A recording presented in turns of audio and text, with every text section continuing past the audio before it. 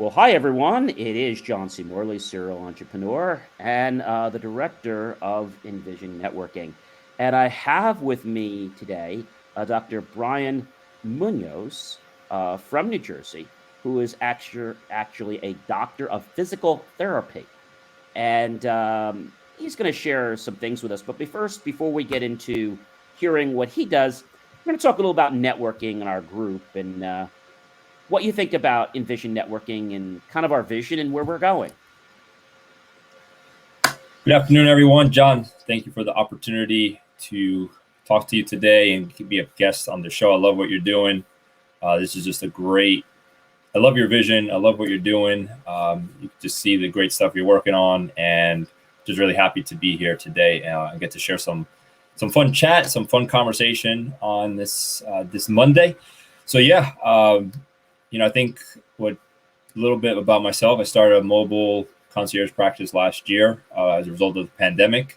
And one of the biggest things is people got to know what you do. You got to be out there. And I think sometimes with networking, I think it kind of gets a bad rep because we kind of think of somebody at a conference and somebody's rushing to you to sell something. And I think when you're looking to connect with quality people, that takes time to build. And I think seeing some of the stuff you were putting on, John, I think I saw some of your stuff early on LinkedIn. And then through time, I think I just started connecting with you more online. And, we haven't met in person because of this pandemic, but hopefully we get some time to connect. So it'll be great. But I think, you could see just the good value that you're bringing quality people. And I think when it comes to networking, people trust people. People buy from people, right? And it's all about a transfer, and it's all a transfer of energy. So when you have two quality people, they trust each other, they see the value of each other, and the missions align. I think great opportunities arise, and I think that's how I've connected with you and love what you're doing with Envision Networking, and it's just a great platform here in New Jersey. Well, thanks, Brian. So Envision Networking is going to start in New Jersey, but it's going to be national.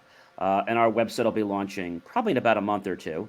Our first event is actually on June. We now have a YouTube channel at Envision Networking where we actually not only have the business interviews, but we have a how to network segment every single week, which is a science experiment.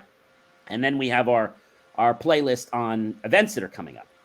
So what I wanted to talk to you about when we think about networking, business owners, entrepreneurs, and like you said, everybody always wants that quick fix. Or I think something you had said, and I'm going to steal this, where you said we have to respect the healing process, and I quote.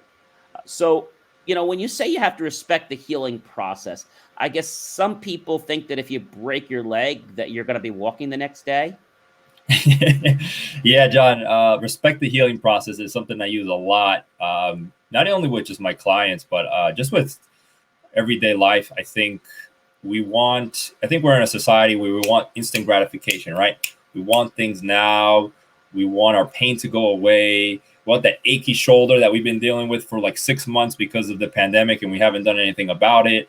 We want our business to grow, but we have no clients. So I think what we got to realize is it takes time to build a strong foundation. And I think that gets overlooked a lot. When you look at even professional athletes, the off season is built for them to get better, to prepare them for the season, right? So regardless of anything you do in life, I think you got to do it in that same fashion, right? Plant those seeds, sow the seeds so you reap a harvest down the road. And that takes time to build. It doesn't happen overnight. And for example, perfect example of what someone I see is like an ACL. ACL, even in a year, there's still healing going on. So there's still deficits that have to get addressed. And this is, research has shown that, there's still healing going on. So even just a general injury, if there's things that have to get addressed, whether it's certain impairments, deficits, range of motion restrictions, that all has to get developed over time. Just like with anything else in life, if it's a business, you got to develop the right connections, quality connections.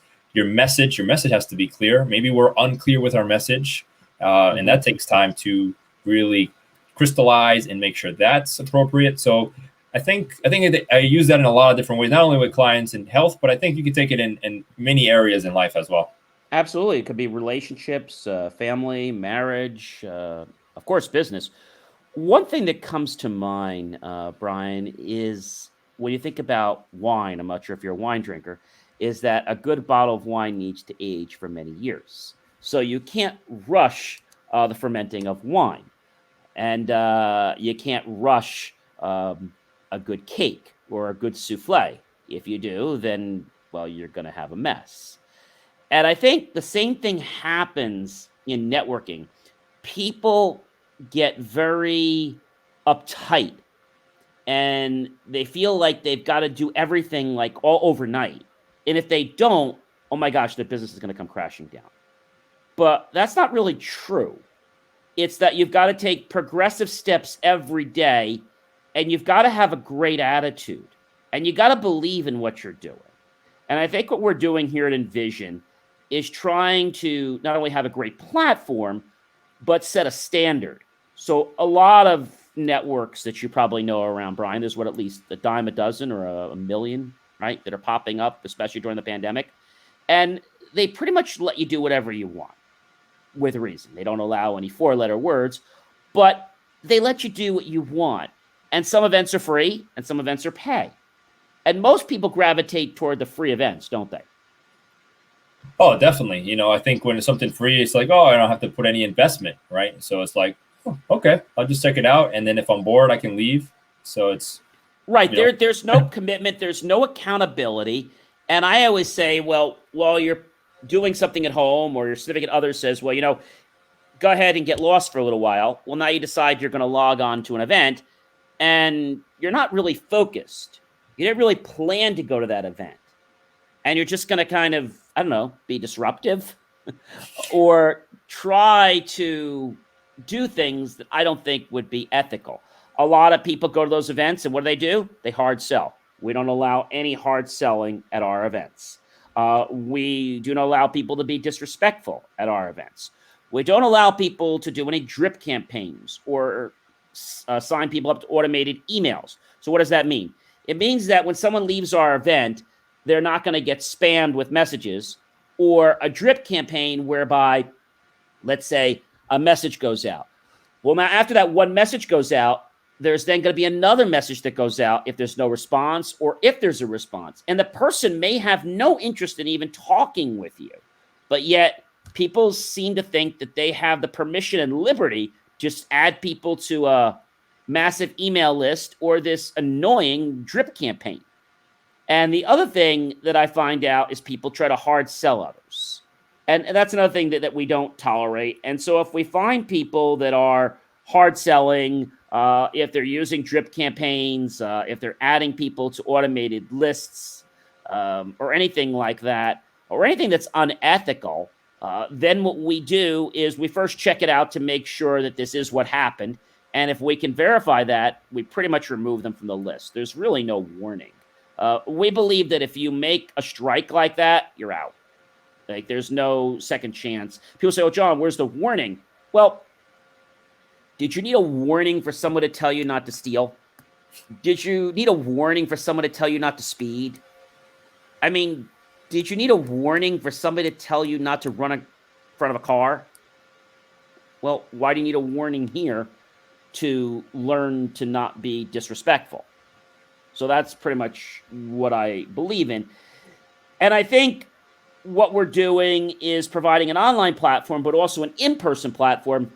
So we'll have in-person events as well as online events. And our vision, if you will, is to have networking events online and offline all around the world. Now, different than a lot of these communities. And again, nothing against free events, but what I don't like about a free event is that it's just that.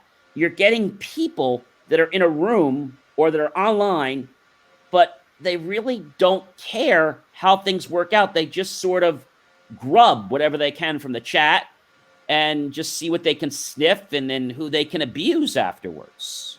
And that's really what it's coming down to.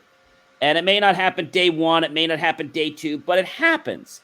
And then other people think they can go to these events and then they don't bother to follow up with people. Do they think that if you just go to an event, Brian, that the business is just going to fall in your lap? Yeah, I think we have a misconception of how we do things, or what we're actually what our expectations are. Like, hey, we're going to go to this event and we're going to get 20 new clients, right? Because we networked. It doesn't work that way. I think something that I learned through my business coaches is, just because, let's say, John, I'm very well connected with John, and we have conversations, and especially some online threads that he does, which is awesome, with the New Jersey networking group. But maybe he's not my direct client, but maybe he knows somebody that might benefit from a health and wellness program, or maybe that was dealing with some pain. So sometimes we forget about that. I think we kind of look at it a little different, thinking that, I expect to have 100 clients from this event, but sometimes the events is actually, you're looking for resources, and actually that's, for me, it's just also learning from other business owners. So I think we got to look at it, what other values that we can get, and not think of what we used to think of, hey, I need to get some new people, maybe they need my services, and then they sell you with this stuff. It's just like getting a spam call. How many of us hate getting those spam calls? You get like 1 million of them a day. No more robo. It's the same idea, people. So I think that's my perspective, and I think we got to look at it a little different, and I think more investment and more implementing that in our relationships with people.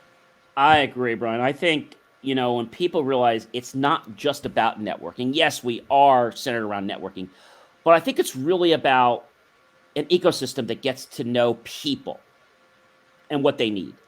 And so that might be a resource for someone else. One of the things I always try to do, Brian, when I meet with people, is I try to see, well, who can I connect them with? And I think it's just a matter of trying to be a resource and not trying to steal resources or grub resources. I like to use an analogy called an emotional bank account.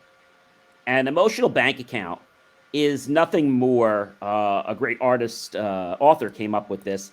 And what it means is we have debits and credits in our emotional bank account, just like we do with a bank account. So when we increase a bank account, if we debit it, we put money in it. If we credited it, we take money out. Well, emotional bank account works the same way. Let's say, for example, I'm working with somebody and I'm building a relationship, or it's a personal relationship, doesn't matter. If I have 0 in my account and they have 0 in their account, and let's say I do something nice, let's say for Brian or for somebody else, so now I have actually put money in my own bank account. Okay? Now, to offset that, Brian or somebody else is probably going to do something nice for me, and now that's going to offset. And so what happens is sometimes people think that they can just borrow more than they have in the account. So, for example, let's say you had $1 million in your account, but you want to buy something that's $4 million, well, you're going to put yourself into a deficit.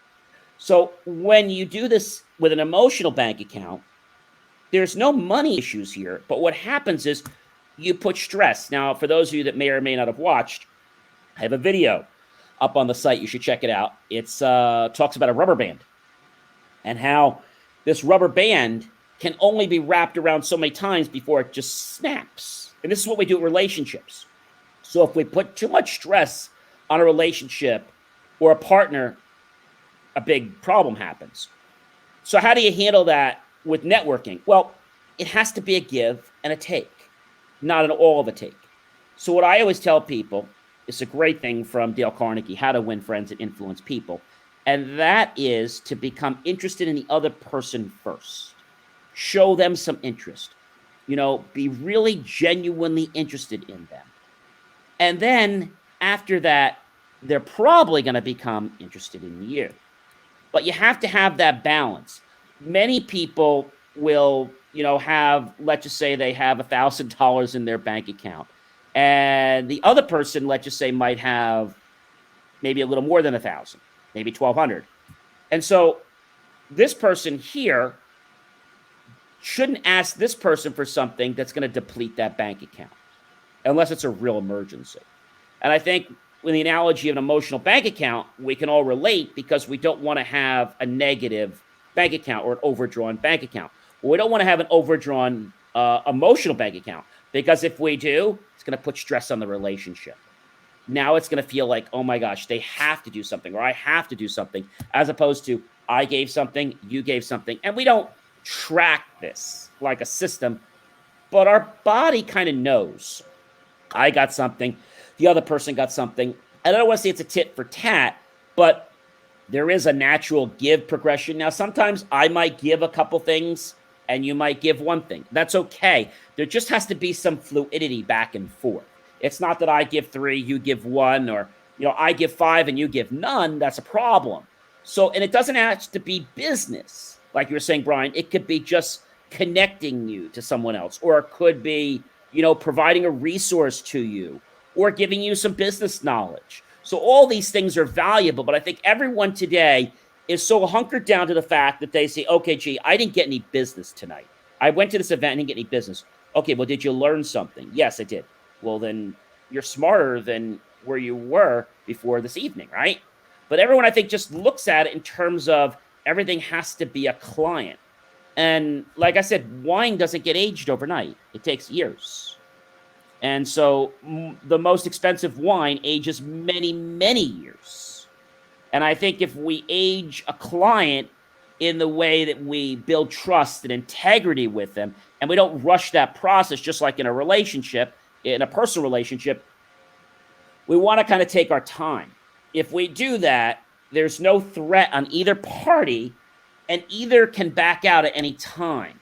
I think the whole thing is being comfortable and just providing value. What do you think about that, Brian? John, you had some good points. I'm just going to piggyback a little bit what you're saying. How do we look for products and things these days? Right? We search. And what do we usually do? Yeah, we're just going to use Amazon because everybody, I know, all of us pretty much use Amazon.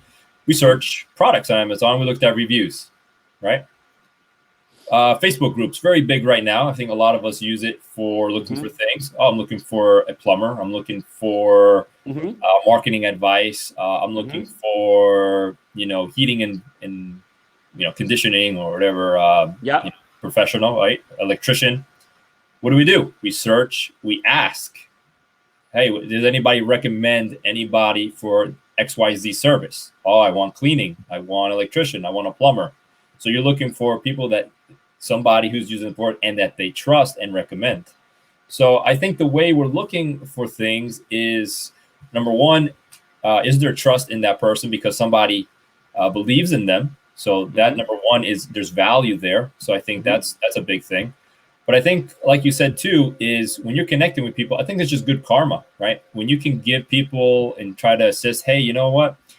The other day, someone was looking for like selling their realtor or something, and I have a couple of people who do realty, so I tagged them and said, maybe you can help. I have a good friend who does a cleaning service in the area. Somebody asked about that, and I said, oh, my good friend does that. Maybe she can help you. So John's an entrepreneur. I like to have conversations with John because I'm a new entrepreneur from last year. Say, hey, John, can I piggyback some ideas from you, or can we get some advice as a new business owner? So I think we got to look at it a little different. And I think one of the biggest things is we should lead with value and leave with nothing. Two big things that I learned with my business coaches that I learned. And that is when you lead with value, there's a lot of potential for great things because you're going in very genuine and you want to learn from those that you're talking with. And you leave with nothing, meaning that you don't go into a conference and say, I can't wait to get 20 new clients. No. You go in hoping to learn something. Maybe you connect with some people at a genuine level, and then and there's another follow-up later down the road, and you continue that relationship. And I think some of the things that you've been doing, I've been able to start to connect. You start to see some familiar faces. So now you're starting to know them at a personal level. And then I say, hey, you know what? I know a guy that does that, and I've talked to this person. Or, then when you see them in person, you kind of now start to have a little bit of a connection, which I think the biggest thing that this time has developed in what you're doing is having this business family. And I think that's sometimes is missing, and people that you can kind of rely on or you can connect with when you need certain things. So I think that's a little bit my take, just kind of adding from what you were saying earlier. You hit the nail on the head about family. We do business with people we know, like, and trust. And, we're always skeptical about referring somebody before we actually know that person. But it was like, hey, could you refer me? Could you refer me? Well, I don't even know you yet. I'm happy to introduce you. Like I met you, but I don't know you. And even if I introduce you, I'm still going to lose 5% of my reputation if it doesn't go well. But if I refer you, and now I put a lot more stake, that's another 85%. I probably put 90% of my reputation on the line. So I feel that, like you mentioned about going to a conference, I like the premonition that leave with nothing, go with no expectations. So if you go with no expectations and I get something, like if you go to the boardwalk and you play a game, I'm not going to win. Or if I win, I win. If I don't, I don't.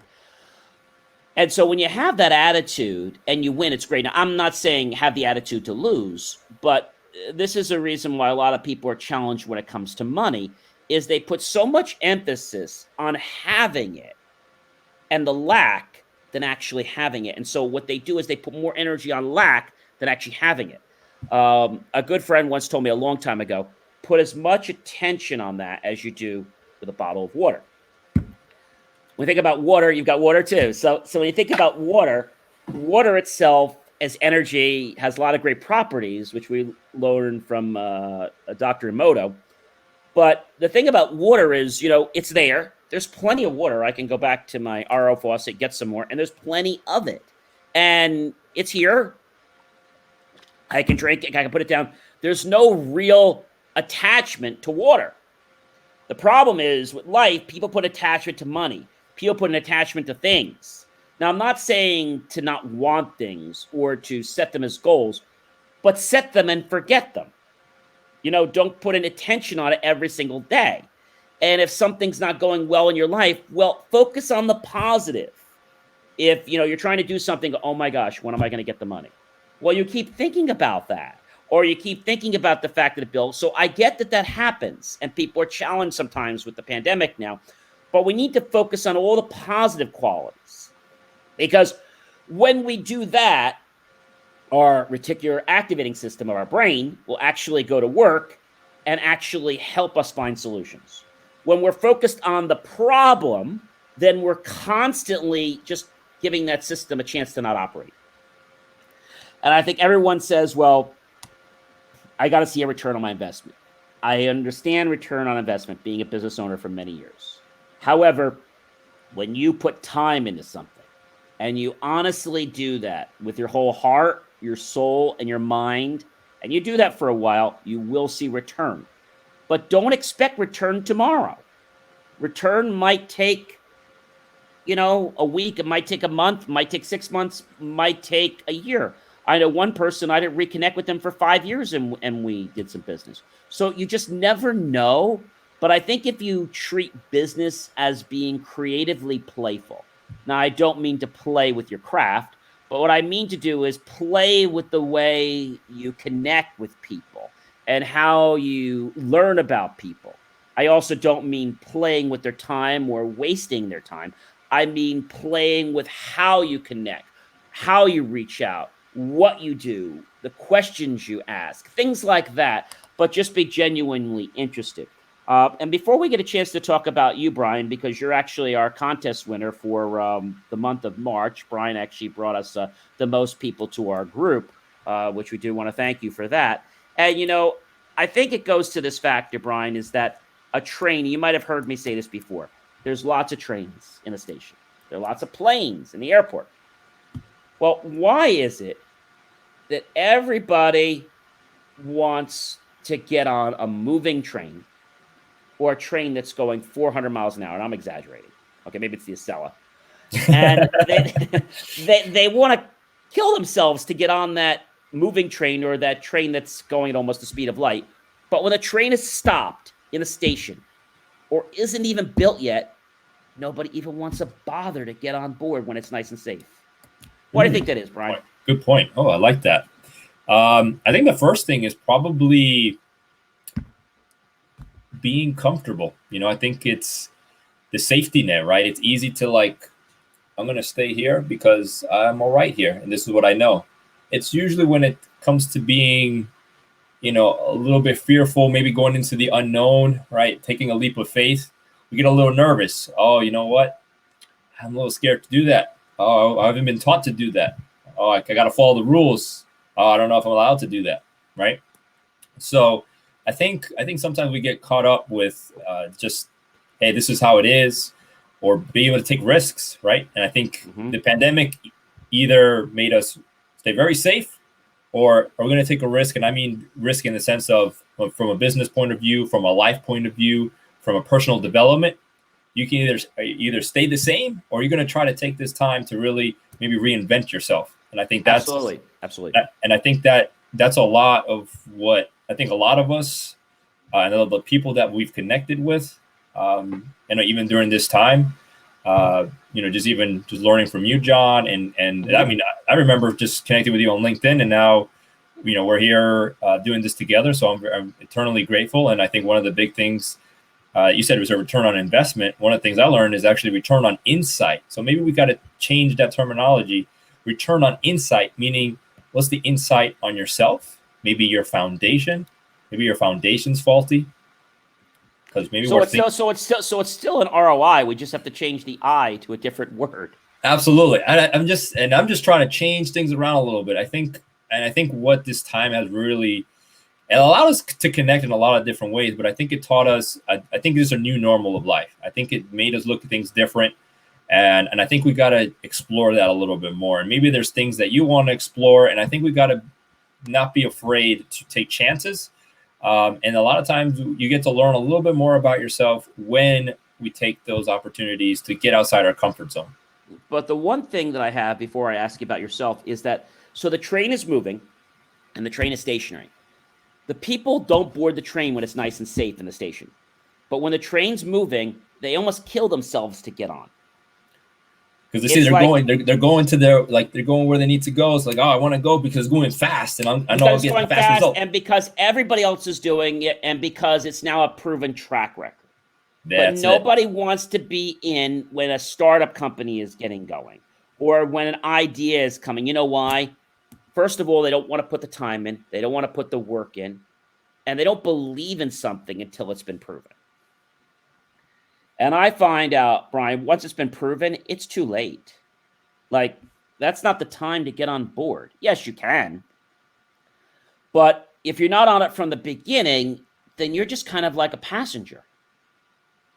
They could get on and get off. You're not really vested in the concept. You're just going for the ride, and you're not in charge and honing. Yeah, you're just getting a ticket, and you're just waiting to get off at the next stop. And so, if our life is always about getting off at the next stop, why are you always getting off? Why aren't you staying on the train and riding it? Why aren't you going through it? And one last point I'm going to make is that in life, everything happens to people. That's not disputable. But what is interesting is that how you react to something shapes and changes the character of the true person. I love that, John. That's deep. How we react to things is so key. It makes a big difference. But let's talk about you. So, you actually got into the field of being a doctor of physical therapy. I have to ask you, what actually got you into this field, and what made you so passionate? Yeah, I think the big thing that got me into the profession definitely started when I was younger, very active in sports. I just like a lot of therapists get into the profession. They're sports, they get hurt, they work on some rehab, and they just kind of get interested in it over time. And so when I was younger, I played a lot of different sports, basketball, soccer, baseball, dealt with some injuries, and I always was interested in helping people, but I just didn't know in what capacity. And I just kind of explored a little bit more into the field. My first job was actually as an aide in a assisted living facility here in Teaneck. And I was like, okay, well, I think this is what I want to do. So I went through school and kind of realized, certain things just wasn't for me. So I continued my program. A lot of times we take detours in our careers, in our education. And over time, I just kind of really realized that I liked exercise. I like healthy living, but I wasn't sure kind of what really was my passion. Was it sports? A lot of times we want to work with high level athletes. We want to get them strong, get them back to sports. And kind of thought, all right, well, I'll start with that. And over time, just like anything in life, things evolve, right? I think you change and you're always changing to better. You're always bettering yourself. And over the last 5 years since I've been out of school, 6 years, I've kind of lost track now. Really what I've been passionate about is getting people to live a healthy lifestyle. It's getting them to feel the best version of themselves and letting them become the Superman or Superwoman that they wish to become. Because a lot of times we feel that in society, we feel broken, that we're not resilient in our life. And I want people to feel empowered so they can continue to do the activities that they love to do. And so that kind of got me to where I am today and what I love doing right now. I love that. And one of my favorite phrases is, why we're here is one reason. We're here to become a better version of ourselves, yourself, myself. And I have lots of stories about that. I won't go into that now, but that's really why we're here on this earth, to explore, to experience things, and to become better versions of ourselves, and to keep evolving on this journey. The destination is great, but the most important part of the process is the journey. And I think a lot of people miss that when we talk about, success and getting somewhere. Yeah, I think Are we there yet?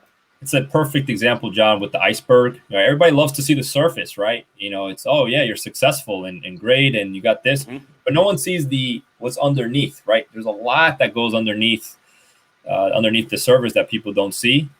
To get to where you want to be, a lot of effort, a lot of setbacks. But I think, just like we were saying, John, setbacks are actually setups for where you want to be in life. And I think you could either take, quote unquote failures in a negative way, or you're gonna say, yeah, you know what, I got knocked down, but I know where I'm going. I'm going to stay consistent on my insight, in my vision, in my mission, what I want to do. And it gets you to where you need to be. And I think all these opportunities, I think everything in life is a lesson. You learn from it, you grow, and it gets you to where you want to be, and you keep developing over time. They say that the only difference between success and failure is successful people just have learned to hang on just a few seconds longer. Love it. Love it. I got to ask you this, Dr. Bryan, what would you say makes you different?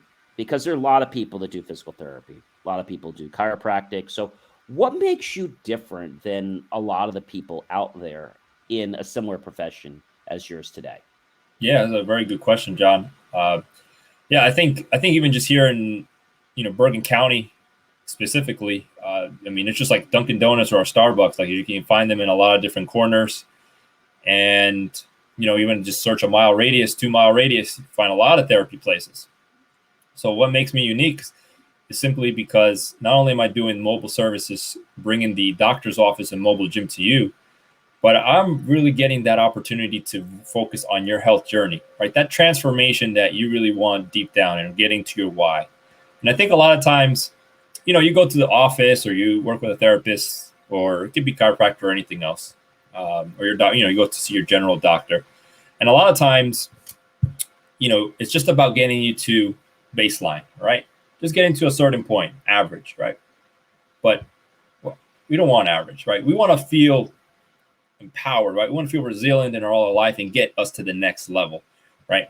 And so I think that one of the big things that I try to do in my mobile business is giving that time and giving the tools to make you feel empowered to take on all the activities that you love to do, but and some, because a lot of times it's not just that. It's not just getting to the basic level of function, but getting you to that extra level. And I do that in a variety of ways. So through my mobile concierge services, there's a lot of opportunity to have, telehealth visits where I can kind of just see how you're doing and chat. Maybe after I'm done with somebody, do some monthly checkups every 2 months, just like anything else. Say, hey, how's everything going? Checking on your exercises. And sometimes it's accountability where they want, maybe after I'm done with a certain plan with my knee, hey, you know what? My knee's feeling great. I want to work on my upper body. I want to just feel strong. And so then we continue that plan. in a variety of different ways. So I think what it has allowed me to do, what makes me different there, John, is just I provide a lot of different options to help people. So some people need accountability. All right, we'll continue once a week. We'll continue twice a week. And I'm not held back by any restrictions. So I can do what's best for you and however it works for you. You know, some people like to be outside. It's getting warmer outside.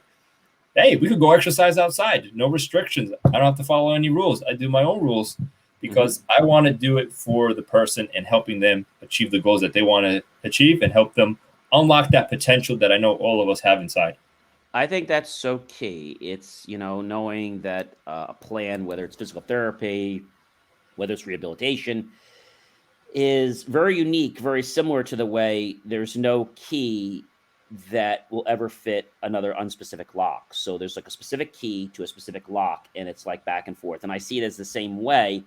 And people have lots of choices. So, you know, I know we've talked about a lot of things, and I want to ask you another question, one more question, which is, what questions should anyone that's actually looking for a physical therapist or doctor physical therapist, what should they ask? Because I hear so many horror stories, Brian, where they picked the wrong person and now they've got a leg that suddenly was burned because they didn't put the right treatment on, or a myriad of things. So how can we prevent this for some of the people watching today?